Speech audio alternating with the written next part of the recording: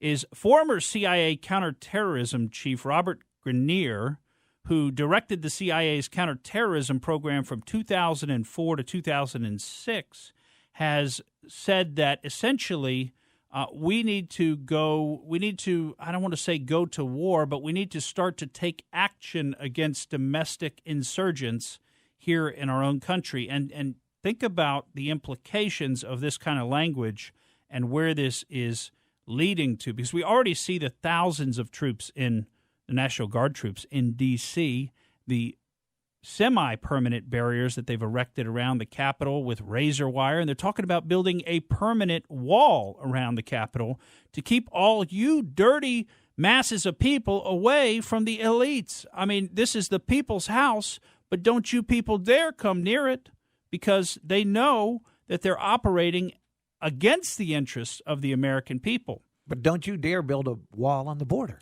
Oh, walls don't work, Pat George. I thought walls don't work. Walls don't work except for at their gated communities, at their mansions. They all have walls.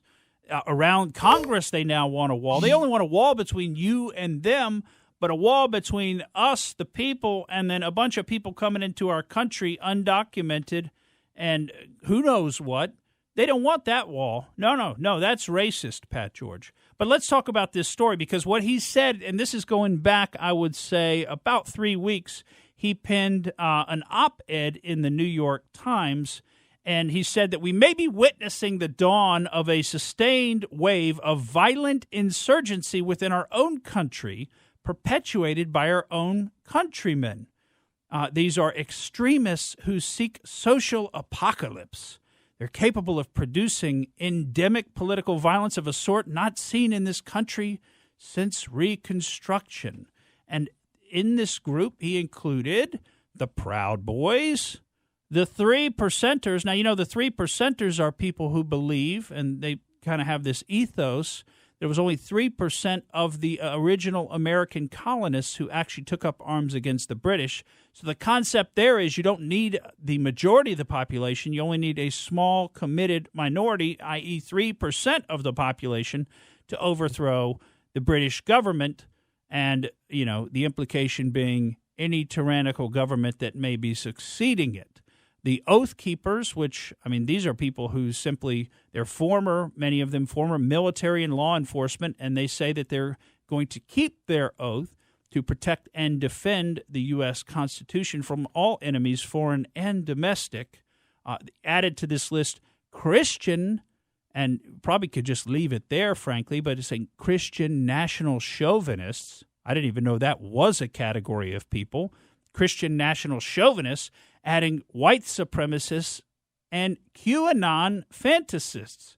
These are people committed to violent extremism, but it doesn't stop there, because he also says insurgents may emerge from groups who believe the election was stolen. Oh, you mean like groups who believe the truth?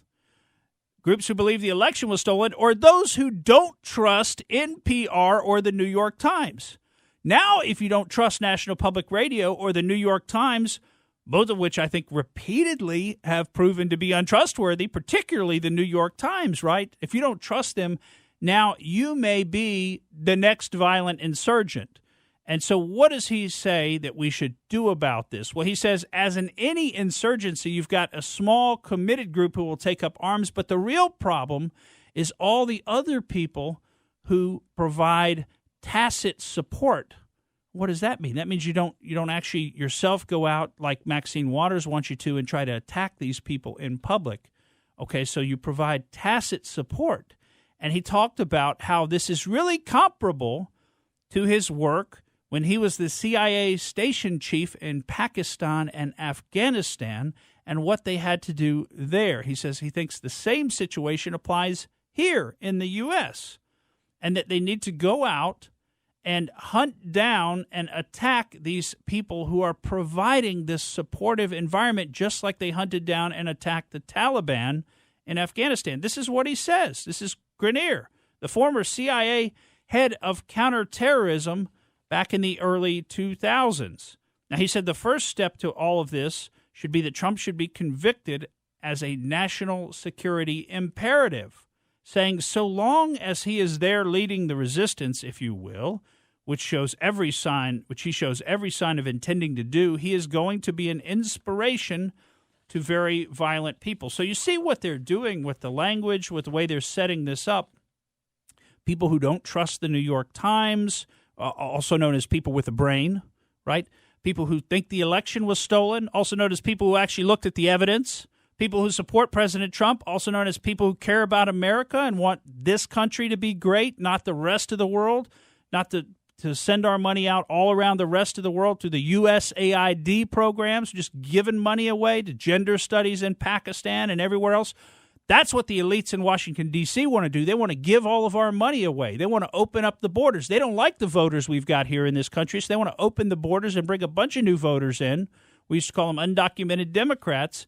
Bring them in, and let's get rid of these American people who they want to call now white nationalists, and they want to smear with this veneer of some kind of racism as though that were really a dominant issue in our culture, which it is not. It absolutely is not. You just described half the country. Well, okay. So half the country, he's saying, are tacitly supporting this insurgency, this violent, which, have you seen the violence yet?